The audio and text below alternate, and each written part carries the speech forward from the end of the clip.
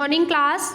आज हम क्लास 8 का कक्षा 8 का संस्कृत का पाठ 10 नीति नवीनतम पढ़ेंगे, जिसका पहला श्लोक है अभिवादनशीलस्य नित्यं वृद्धोपसेविनः चत्वारि तस्य वर्धन्ते आयु विद्या यशोबलम। अभिवादनशीलस्य नित्य वृद्धोपसेविनः, जिसका अर्थ है बड़े और बूढ़े लोगों को प्रणाम करने वाले व्यक्ति के और हमेशा बड़ों की सेवा करने वाले व्यक्ति की चत्वारि तस्य वर्धन्ते आयु विद्या यशोबलम। बड़ों की सेवा करने वाले व्यक्ति की आयु, विद्या, यश और बल, ये चार चीज़ें अपने आप बढ़ती हैं। अर्थात अभिवादनशीलस्य, बड़े बूढ़ों को प्रणाम करने वाले व्यक्ति की, और नित्य विद्योपसेविनः, और हमेशा बड़ों की सेवा करने वाले व्यक्ति की चत्वारि तस्य वर्धन्ते, चार चीज़ें हमेशा बढ़ती हैं। कौन कौन सी?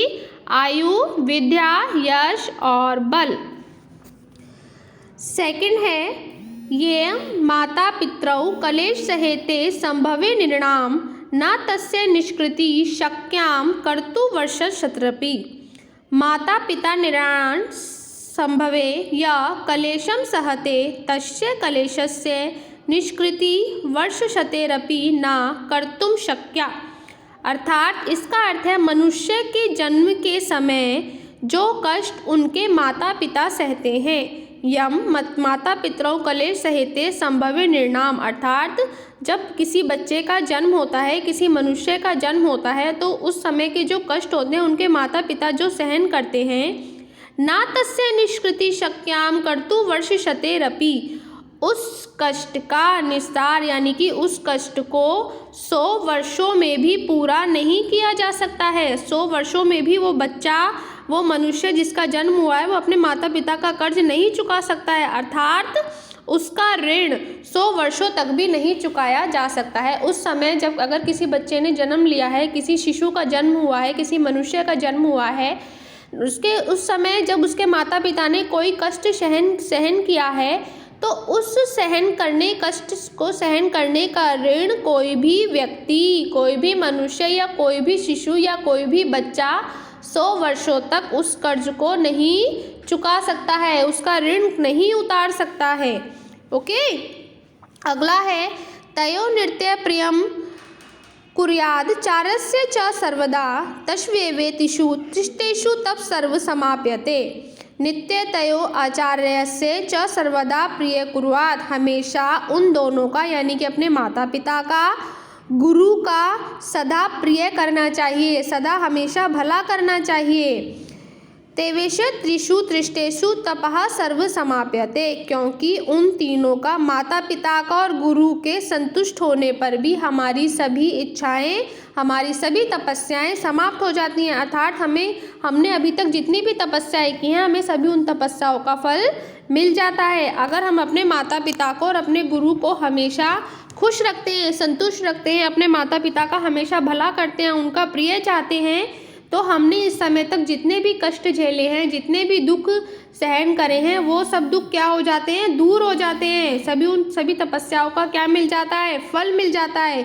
इसलिए हमेशा हमें अपने माता पिता और गुरु को संतुष्ट करना चाहिए, उनको उनका प्रिय करना चाहिए, उनका भला करना चाहिए, उनका ध्यान रखना चाहिए। अगला है सर्वपर्शव दुख सर्वात्म वशम सुखम एतद्वा तस्मास्ने लक्षण सुखो दुखयो।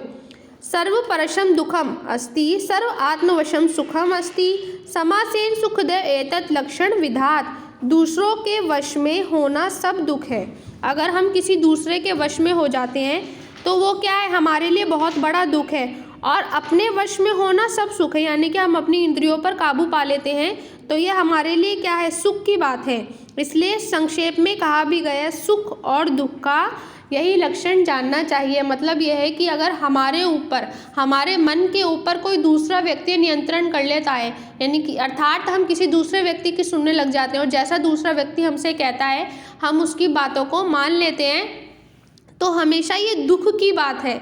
और हम हमेशा अपने मन की अच्छी बातों को सुनते हैं, अपने मन में नियंत्रण में रहते हैं, अपने आप पर काबू रखते हैं, अपने आप का मतलब नियंत्रण रखते हैं अपने आप को, तो यह हमेशा सुख है। इसलिए सुख और दुख के लक्षण को जानना चाहिए।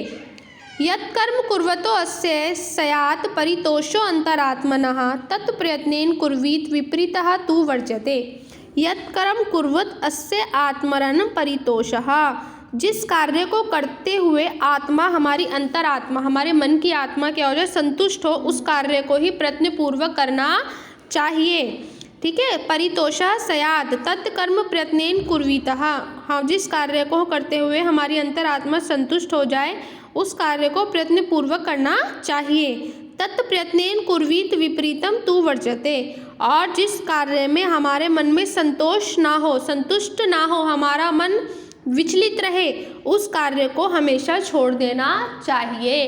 अर्थात किसी अच्छे कार्य को करने में ही हमारा मन संतुष्ट हो जाता है, तो हमें हमेशा अच्छे कार्य ही करने चाहिए। जिस कार्य को करते हुए हमारी अंतरात्मा, हमारे मन, हमारी आत्मा संतुष्ट हो, उस कार्य को बहुत ही मेहनत पूर्वक, परिश्रम से, प्रयत्नपूर्वक करना चाहिए। और अगर हम इसके विपरीत जिस कार्य को करने में हमारा मन संतुष्ट नहीं है, हमारी अंतरात्मा खुश नहीं है, हमारा मन खुश नहीं है, तो उस कार्य को हमेशा छोड़ देना चाहिए।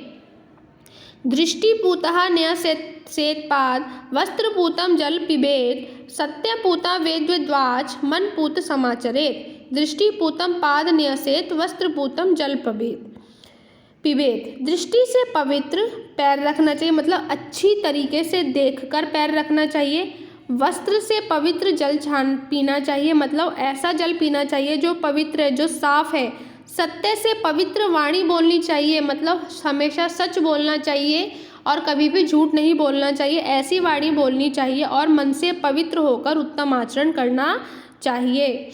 दृष्टि से पवित्र, हमेशा अच्छी तरीके से देखभाल कर अच्छे कार्य करने चाहिए, बुरा कार्य कभी भी नहीं करना चाहिए। पैर रखना चाहिए अच्छे कार्य करने पर।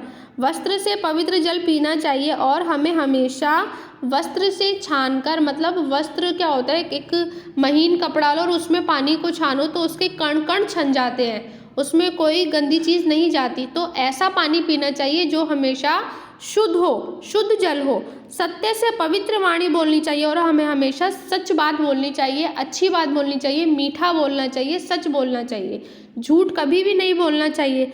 और मन से पवित्र उचित आचरण करना चाहिए, और हमारे अपने आप से मन से पवित्र अच्छा व्यवहार करना चाहिए, अच्छा आचरण करना चाहिए, अच्छे वातावरण में रहना चाहिए।